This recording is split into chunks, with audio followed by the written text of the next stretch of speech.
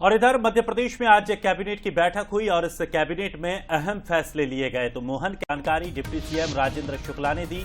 उन्होंने बताया कि बालक बालिकाओं के लिए छात्रावास बनाने की तैयारी है। जनजातीय बाहुल्य क्षेत्रों में सड़कें बनेंगी। पिछड़ी जनजातीय क्षेत्रों में 978 मार्ग और पुल बनाए जाएंगे। इसके अलावा 2403 किलोमीटर की सड़कें बनेंगी। 900 करोड़ रुपए की राशि इनमें खर्च की जाएगी। तो चिकित्सा शिक्षा भर्ती में भी अब संशोधन किया गया है। 5 नए मेडिकल कॉलेजों में भर्ती का रास्ता खोला गया है।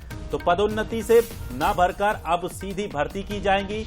इसके अलावा विद्युत वितरण योजना में भी संशोधन किया है। भारत सरकार से 371 करोड़ रुपए का अनुदान मिला है। तो बैठक में ये महत्वपूर्ण फैसले लिए गए, जिनकी जानकारी डिप्टी सीएम राजेंद्र शुक्ला ने दी।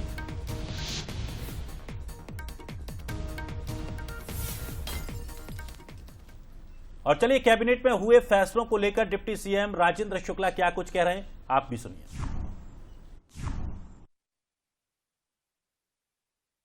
10 बसाहटों के निकट बालक और बालिकाओं के लिए अलग अलग छात्रावास के निर्माण किए जाएंगे आने वाले 3 वर्षों में। इस कार्य में कुल 384.6 करोड़ रुपए व्यय होगा, जिसमें से 60% भागीदारी भारत सरकार की होगी और 40% राज्य सरकार की होगी। राज्य शासन ने आज कैबिनेट में अपनी भागीदारी को सुनिश्चित करने के लिए अलग से बजट लाइन खोले जाने हेतु और इस पूरे राशि को मंजूर करने के लिए मंजूरी दी है। इसी प्रकार से मल्टीपर्पज सेंटर बनेंगे। बहुउद्देशीय केंद्र विशेष पिछड़ी जनजाति क्षेत्रों में 11 गतिविधियों के लिए बहुउद्देशीय केंद्रों का निर्माण होना है। इन केंद्रों की कुल लागत 75 करोड़ रुपए प्रति केंद्र है। इससे हम अंदाज लगा सकते हैं कि कितना बड़ा इंफ्रास्ट्रक्चर उन क्षेत्रों में बनाए जाने की योजना है। 100% वित्तीय सहायता भारत सरकार देगी इन केंद्रों को बनाने में जो भी खर्च आएगा। प्रत्येक केंद्र निर्माण के 2200 वर्ग फीट भूमि की आवश्यकता होगी। इसमें से 1605 वर्ग फीट भूमि पर भवन का निर्माण होगा और भूमि आवंटन का कार्य जिला कलेक्टर करेंगे। मध्य प्रदेश में 284 केंद्रों के निर्माण का प्रस्ताव भारत सरकार को भेजा गया है। इसमें से 125 केंद्रों की स्वीकृति भारत सरकार द्वारा मिल गई है और इस मंत्रिमंडल की स्वीकृति के बाद इस पे तेजी से काम शुरू होना है। विशेष पिछड़ी जनजाति बाहुल्य क्षेत्रों में सड़क निर्माण के लिए भी प्रस्ताव लाया गया। प्रधानमंत्री ग्राम सड़क योजना के जो मापदंड हैं उसके अनुसार सड़क बनाई जाएगी। पिछड़ी विशेष जनजातियों की 100 तक की जनसंख्या वाले गांवों को भी पक्की सड़क से जोड़ा जाएगा। अभी तक प्रधानमंत्री सड़क योजना 250 तक की जनसंख्या को जोड़ने का रहा है, लेकिन इस योजना के आ जाने से प्रधानमंत्री जनमन से ये फायदा है कि 23 जिलों के ऐसे पिछड़ी जनजाति क्षेत्रों में।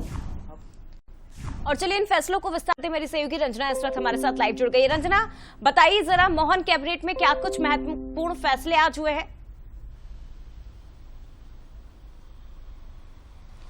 जी जय, बिल्कुल आज की ये जो बैठक है बेहद महत्वपूर्ण थी और इसमें कई जो महत्वपूर्ण प्रस्ताव हैं उन पर आज की इस कैबिनेट की बैठक में मोहर भी लगी है, जिसमें खास करके अगर फोकस की बात कर ली जाए, ऐसे जो प्रस्ताव हैं वो तैयार किए गए हैं जिन आदिवासी क्षेत्रों को लेकर लोकसभा चुनावों के लिहाज से अगर देखा जाए तो ये जो योजनाएं हैं आदिवासियों के लिहाज से बेहद महत्वपूर्ण कही जा सकती हैं।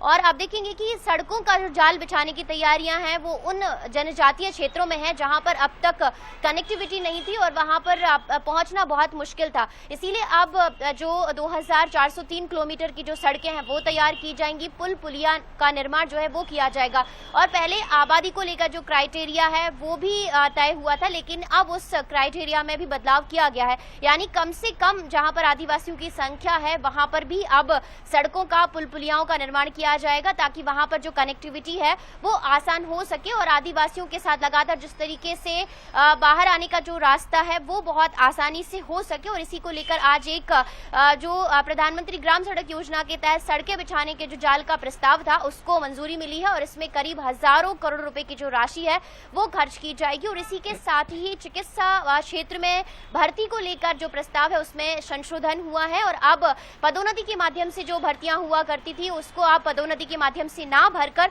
सीधी भर्ती के तहत ये जो भर्तियां हैं वो की जाएंगी। इससे मध्य प्रदेश में जो 5 नए मेडिकल कॉलेजों में जो भर्ती का रास्ता है वो बहुत आसान हो गया है और ऐसे में जो मेडिकल की पढ़ाई करने वाले स्टूडेंट्स हैं उनके लिए बहुत सुविधा इस प्रस्ताव को मंजूरी मिलने के साथ हो गई है जया। और इसी के साथ ही बालक बालिकाओं के लिए जो छात्रावास बनाने का जो प्रस्ताव है उस पर भी आज की इस बैठक में मंजूरी मिली है और अलग अलग जिलों में आदिवासी क्षेत्रों में जो छात्रावास है वो तैयार किए जाएंगे। काफी महत्वपूर्ण फैसले आज हुए इस बैठक में रंजना लिए गए हैं। फिलहाल बहुत धन्यवाद आपका तमाम जानकारी साझा करने के लिए। और चले इधर लोकसभा चुनाव को लेकर बीजेपी ने मिशन मोड में तैयारियां शुरू कर दी हैं।